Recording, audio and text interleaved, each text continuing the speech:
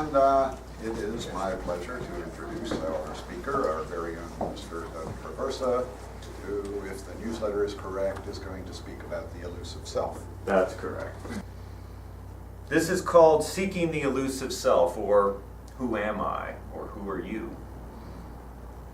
And this one is going to require a lot of thought. This one, I hope, is going to make the steam come out of your ears and the gears turn in the brain box. So buckle your seatbelts and hang on, because we're going to try to figure out what it is we really are, you and me. Because we're going to examine the self, or perhaps better put, the illusion of self. It's not just a mental exercise, however. It's easy to do these things that make you think really hard and question things, but it also has a lot of practical application, I believe. And I hope that when I'm finished, what I've said will help you to live your lives a little better, a little differently, a little happier, a little more fulfilling, and perhaps with a little less fear. These ideas come from multiple Buddhist sources, although it's not an exclusive concept to Buddhism. And the writers that I got some of these ideas from, and I'll reference, are Stephen Batchelor, Steve Hagen, and the Lama Surya Das. I've tried to distill them in a way that makes sense to me, but also in a way that offers practical application in our lives. So we'll begin with the Lama Surya Das from the Tibetan tradition, who writes, "The Dharma's view," and Dharma means the teaching, the Buddhist teachings, "the Dharma's view of the self is as evolved and radical as Copernicus's view of the universe. The self as we know it doesn't really exist. But the key phrase here is, as we know it. The self is simply not what we think it is." Your eyes are really wide right now. Wyatt. Oh, what have I got myself into today? So what do we think self is? So let's start with a little exercise. And I have to compliment Chuck, because the things he did leading up to this point meld perfectly with what I'm going to talk about. So this is an exercise from Stephen Batchelor. He's a Buddhist writer and practitioner of many, many years. And it's a little bit to get in touch with who we are. And it's again, centers around breathing, but in a different way than Chuck did it. What we're going to do is, in a moment, is have you relax and close your eyes and breathe normally. But here's the catch. Oftentimes when you meditate on your breathing, you end up controlling your breathing. Sometimes you breathe very regularly. Almost like you're marching, but you're breathing in a rhythm. Or sometimes you breathe and you hold your breath. It's almost like you're just waiting, and then you breathe out. So a little bit different here, and we're just going to do it for a few moments, is to give you a different flavor, another way of thinking about breathing. Instead of trying to control your breathing, you're trying to let it be as natural as possible. And you need to think of yourself like a cat hanging outside a mouse hole. And you're waiting for that mouse to come out. And that's what you're doing, waiting for your breath. You're not holding it, you're not fighting it, you're not regulating it. You're simply trying to wait for it and experience it each time you inhale and each time you exhale. It's almost a little bit of a surprise to you. So if you would, get in a comfortable position and close your eyes for a moment and think of your breathing only in that way. Each intake and each exhale is a surprise to you. Let it be natural, don't control it.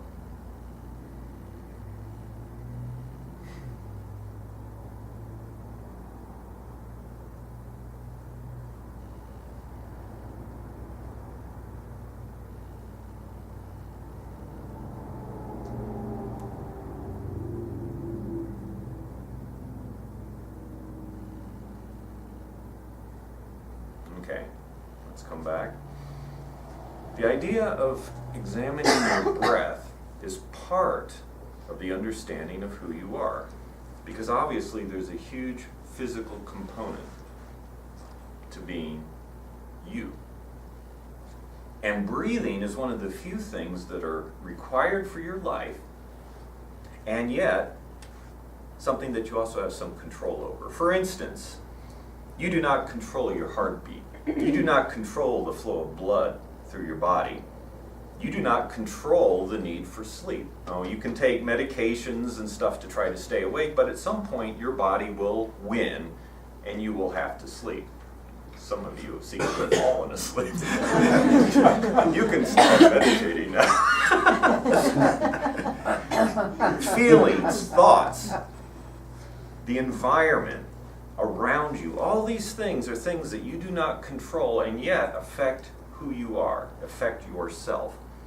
Breathing, to some degree, you do control. So in that sense, there's a matter of the intellect controlling the physical body, but only to a limited degree, because you can't completely stop breathing. At some point, your body will win. If you try to hold your breath, you're not going to be able to do it forever. And eventually the body takes over and says, no, enough of this nonsense, now it's time to breathe. So part of all of this is understanding that you don't control yourself. You don't control what you are. There are so many things going on in your body that you have absolutely no mental or physical control over that make up what you are. And this brings us to another misconception about ourselves as we think about this physical body and the fact that it exists within this space we call the world. We tend to think of ourselves as permanent beings. Now, yes, we die at some point, but until that point, we think of ourselves as something permanent that exists, sort of like a rock. We'll come back to this rock metaphor in a little bit. We think of ourselves as a fixed entity, something that is permanent for a period of time. You know, if we live a really long life, maybe 100 years. But during those 100 years, we are a fixed single entity in space and time. We exist for a while, and then we die eventually. Some further postulate that once the physical body dies, something else lives on, a soul or a spirit, or whatever other word you want to use for that. And that may be true. We don't know. That's speculation at this point. And sometimes people even believe that this soul or spirit actually existed before our physical birth, either through a series of reincarnations, or in some cases, as even the very early Christians, some of them believed, that we were actually a spiritual being given physical form by God to learn some lessons here on the earth, and then we'll go back to our spiritual form.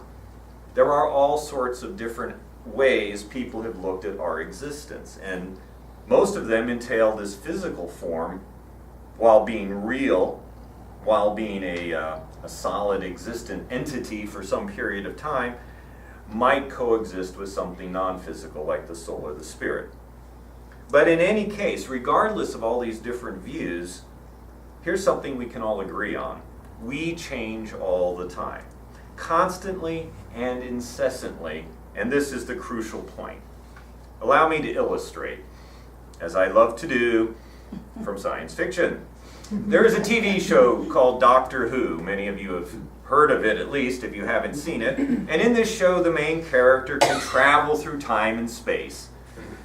And he does this going through an endless series of adventures, and he also has this wonderful ability to regenerate if he dies. This allows the BBC, who makes the show, to use a new actor periodically. So I think there's been 13 Doctors now, 14 if you include a couple of movies with Peter Cushing, believe it or not, playing Doctor Who. So he regenerates, he dies, a new actor steps in. It's a new form. Occasionally, when there's a big anniversary, because this show's been around forever, 25th, 30th, 50th anniversary, they'll have the Doctor meet some of his previous incarnations. And, you know, that's great fun for the fans. We get to see some of the old Doctors and the new Doctors all together doing something. And it is fun. But what always mystified me a little bit is all the Doctors always seem surprised that they're all getting together. But if they exist on this timeline, the new Doctor surely would remember having met his previous incarnations when he was way back here as one of these earlier Doctors. So that's a little flaw in the writing. But nonetheless, I'm digressing. Let's imagine, instead of Doctor Who doing this, I can travel through time. And I did a little bit of this in a previous talk about going through time and meeting previous selves. But this is going to be different. So I'm not repeating myself. Hang in there with me. I am first going to go back in time and visit myself when I was in 6th grade. Now, a little bit of background. When I was in 6th grade, I attended 3 different schools that year because my dad was in the Air Force and we were moving around all the time. So I went to school in Massachusetts for a couple weeks, went to Denver for 5 months, and finished up in Virginia. So this Doug that I'm visiting is right in the middle of that. I'm still living in Denver in 6th grade. In 2nd grade, I went to school on an Air Force base, Arnold Air Force Base in California, went to the school there. Then my folks decided to move off base, so in 3rd grade I went to another school in the same area, but off base. 4th grade we moved to Alabama. I went to yet another school. 5th grade, Massachusetts, yet another school. 6th grade, moved to Denver after 2 weeks in the same school in Massachusetts, which was the only time I actually went from one grade to another in the same school during that time frame, but only for 2 weeks. And by the time I hit Denver in 6th grade, I was pretty fed up with moving around, as you might imagine. It's kind of hard to have any good friends when you move every year. It's also hard to leave behind the friends you do have. At that point in my life, I had actually become more attached to some TV characters than I had to real people, because at least there was some continuity there. And so one of the shows I really latched onto was Star Trek for some reason. We used to watch it all the time in Massachusetts. Every afternoon, my friends and I would go in and watch it. And then I moved to Denver, and they didn't show Star Trek. And it was like another stab in the heart. It's like, at least I could watch the show I like, but that's not even possible. Now, for those of you who are Trekkies, you may remember for a brief time, they also had a cartoon Star Trek on Saturday mornings. They did this for 2 seasons. That was on in Denver, and that was my only touch of Star Trek during that whole time, was a little half hour on Saturday mornings. So it's very sad, I know. I'm almost, as crazy as it sounds, I actually at one point was crying and sharing with my parents how fed up I was with the whole thing. And I said, I just wish I could see Star Trek. That's how bad it had become. So 6th grade Doug is going to talk to me, and I'll call him 6G Doug. Isn't that cool? 6G, 6th grade. Something like the cell phone. So 6G Doug says to current Doug, does it get any better? Do we ever stop moving around? And I can only tell him, well, the future versions of you will keep moving for quite some. Future versions? Oh, never mind. You're not going to stop moving for quite some time, I'm afraid. Not until you retire from the Air Force. 6th grade Doug's a little shocked. What? After all of this, moving every year, you join the Air Force? This is what you hate. Your dad's in the Air Force. You hate them. What, are you out of your mind? Well, I hope you don't have any kids. After what I've been through, you surely wouldn't do that to your children. Well, I say somewhat sheepishly, actually, I have 3 kids. What? You put your kids through this same nonsense I've been through? How could you do that? How could I do that? How could we do this? I don't believe it. Current me, well, I sort of painted myself into a corner career-wise, but it does work out well in the end. Now, 6th grade Doug will have none of that. I don't believe it. You can't possibly be me. I would never do that. You're lying. And I can only respond, well, if it's any consolation, you'll always love Star Trek. And it is coming back. The first movie is only 6 years away. Hang in there. So now we're going to do another trip. This time we're going to go back to college, Doug. I've just finished college. It's 30 years ago, almost to the day. In fact, it could be to the day. I graduated from Clearwater Christian College in May of 1984. I'm going to be marrying Jancy in August, on August 3rd. I'm working at my college during the summer, earning some money before I get married. And I've got a job lined up at Lakeside Christian School, and I'm going to be teaching there. So everything's looking pretty good. And college Doug and I now sit down and have a chat. So college Doug says, so future me, how did things turn out? How's marriage? Did you marry Jancy? Still serving the Lord? Are you still a teacher? Well, I respond, I am married to Jancy, and it's the best decision that I, or you, or we ever made. As for teaching, that's a long story. I'm a minister now, not a teacher. And College Doug says, well, I never saw that coming. So you're a minister in the future, huh? Well, as long as that's what God wanted for you. Yeah. About that. I'm a minister at a Unitarian Universalist church. What? That's a cult! How could you possibly be in a cult? After all we've been through here at Bible college, serving the Lord, you joined a cult? You rejected Jesus? I don't believe it. You can't be me. I'd never do that. You're lying. And much like Luke Skywalker does when he finds out that Darth Vader's his dad, I have this evil desire to say, search yourself, Doug. Join me and defeat the Emperor. And then College Doug goes, no! But instead, being compassionate like I am, I just say to poor College Doug, well, it's really not a cult despite what they told you, but yes, I have left the faith. But if it's any consolation, you'll always love Star Trek. And it's going to be on TV again in 3 years. It's called The Next Generation. Hang in there. Well, 6th grade Doug and college Doug are long gone. They no longer exist. They are, in a very real sense, dead and buried. Yet I do not mourn them, because I think of myself as a continuous being, solid like a rock, continuing to exist through time. I do not mourn them because I am here today, and because they existed, I exist. But other than my memories, what of them really still exists in me today? Perhaps my DNA patterns in my cells could be traced back to them.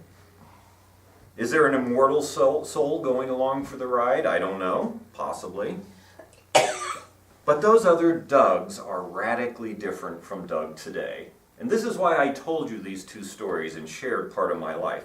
Because 6th grade Doug would look at me, and indeed, he really would look at me like I was insane. 6th grade Doug would never have joined the Air Force, would never have moved his kids around, would never have done to his children what was done to him.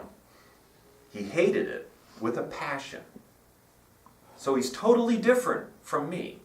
College Doug, I cannot tell you how appalled he would be at what I am today. He would disown me. I have left the faith. I am the exact opposite of what he was. You could not find 2 people more radically different from each other. So how can I possibly say that was me? It's not me. I'm what I am now. You know, you think about these things and it starts to get a little weird. So, they are, in all reality, in all truthfulness, completely different from what I am. Not just physically, because all those cells are probably gone by now, and totally new cells have made up the body I inhabit today. Totally new. And yet I do not mourn their passing. Or perhaps, in a way, nostalgia is a way of mourning, because we think back to happy times in our lives, and I know I certainly do, and I have these little spots in my memory of times of pure joy. Saturday mornings watching cartoons and then heading out to play baseball, which excited me no end my first baseball season. Scared to death to even swing a bat, standing up there hoping just to get a walk, but I was playing baseball, and I loved it. The insane excitement on Christmas mornings waiting to open those gifts, or even my wonderful friendships always cut short way too soon because I had to move yet one more time. Not even as a child only, but also as an adult. College life, in a place that would no longer welcome me, where myself of that time would disown me, nonetheless is filled with happy and fond memories. So maybe nostalgia is that form of mourning for things past, but they are gone, and we must enjoy the things of the present. Now at this point you say, well, Doug, this is all very interesting, but A, I'm not buying it, and B, what does it do for me? How does this help someone who is in financial hardship or fighting a serious illness?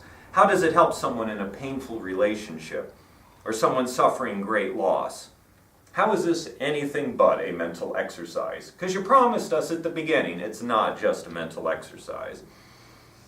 Well, it's true that this understanding of self, a reviewing of what it is to be you, may not help you in some of these issues, granted. But in saying this, I also have to caution what every Buddhist teacher will say, that dealing with ideas like this takes a huge amount of time, a huge amount of meditation or contemplation, wrestling with these ideas. So don't assume just because you heard it here for the first time, it's going to have any significant impact on you, and it probably won't. But with that caveat, I think there are three ways reviewing or reimagining what it is to be us might indeed offer concrete help. First of all, it may help you if you have guilt about something in your past. Now, it's certainly true in a court of law. If you've done something in the past, you can't go in there and say, well, that wasn't me, that was past me, that's somebody else, I'm a new thing now. That's not going to work. So you can't claim innocence because yourself from a year ago committed a crime and yourself from a year ago is long dead. That's not how it works. It doesn't fly. But perhaps, you've done something long ago that you just can't forgive yourself for. Something that hurt somebody else or something criminal or not, but something that you have guilt about. I think you can honestly tell yourself that was a different person. College Doug did things that I look back at now and think are pretty stupid, but College Doug is totally different from Doug today. Totally different. And sometimes you just need to stop beating yourself up over something that happened in the past, because we are new beings. Every second we die, and every second we are reborn. Maybe that can help you. It might help you to forgive yourself, to not be consumed by guilt, to not have to carry a burden your whole life. The second thing it might do, to reconceive, if you will, what it is to be alive, to be you, it might help you if you have a fear of death. We're all going to face death at some point. Many of us have thought about this. Some of us have thought about it at great length. But we should not be afraid of death, and nor should we be afraid to talk about death. Understanding ourselves as transient, existing moment by moment, can certainly help. As I contemplate 6th grade Doug or college Doug, as I said, I can think of them as dead. The body I inhabit at this moment is completely different. My thoughts and experience are completely different. Those past versions are gone. They will not come back. I will not get in a time machine and visit with them. They are gone. The version of me that began this sermon is different from the version of me that will end it. Cells are dying, cells are being regenerated, hair and nails are growing, things are changing every moment. Zen master Shunryu Suzuki, when asked the purpose of Zazen, that sitting meditation in the Zen practice, reportedly answered, to live well when we are old. One of the results of meditation I often encounter in my studies is a proper understanding of self, or no self. And with things comes an acceptance and embracing of the changes of old age, and hopefully the lessening of the fear of death. So if we contemplate what it is to be ourselves, if we can contemplate the idea that we exist moment to moment instead of continuously, then we can also understand that there are plenty of moments when we never existed. We flow like a river, and at some point we won't exist again. And maybe that gives you comfort. Maybe that helps you not to be so afraid of non-existence. Finally, understanding the fluid nature of our existence, the endless changes we can and will undergo, might help you to make some changes in your life. Stephen Batchelor writes in his book, Buddhism Without Beliefs, the denial of self challenges only the notion of a static self-independence of body and mind. not the ordinary sense of ourselves as a person distinct from everyone else. Now here's the key phrase. This notion of a static self is the primary obstruction to the realization of our unique potential as an individual being. By dissolving this fiction, the fiction that we are static and unmoving and unchanging, by dissolving that through a centered vision of transiency, ambiguity, and contingency of experience, we are free to create ourselves anew. We are free to create ourselves anew. Just as a river changes every second, we change every second. A river, in a sense, recreates itself as it flows around obstacles. We can recreate ourselves. The error most common in Western thought is that we think of ourselves more like that rock I've talked about. Yes, there might be a little minor change on this rock throughout its life, a little erosion here, a little there, but largely, day to day, the same. Certainly the same at the core. And one day we all fear a rock crusher is going to come by, a giant machine, and will pulverize the rock that is us, and we will cease to be. And it will be sudden, and boom, we're gone. No more rock. We think of ourselves as static, and at one point, that large static rock is destroyed, and that's what we view death as. And we don't like that image. We don't like that destructive image. Rocks are supposed to last for eons, but we're not rocks, we're rivers. The water eventually flows out into the ocean and we disperse. And as we flow, change is constant. And eventually we join the greater whole. Or as they say in funeral services, ashes to ashes, dust to dust. We return to the earth. So remember this, each second we die, and each second we are reborn. Perhaps in this view of self, you will find something comforting, helpful, and inspiring. Now, I make no claims to being an expert on any of this. This is simply what I understand at the moment. It's a continuous evolutionary process as I read and study and contemplate and think on these things, and it would be for you too if this interests you. But it is my sincerest hope that this at least can provide some comfort in these three areas, some ways for you to think of things anew, some ways to help you. So I thank each of you for coming, for giving of yourselves this morning, of your time, your attention. I welcome you to stay and share in the discussion circle later. Blessed be.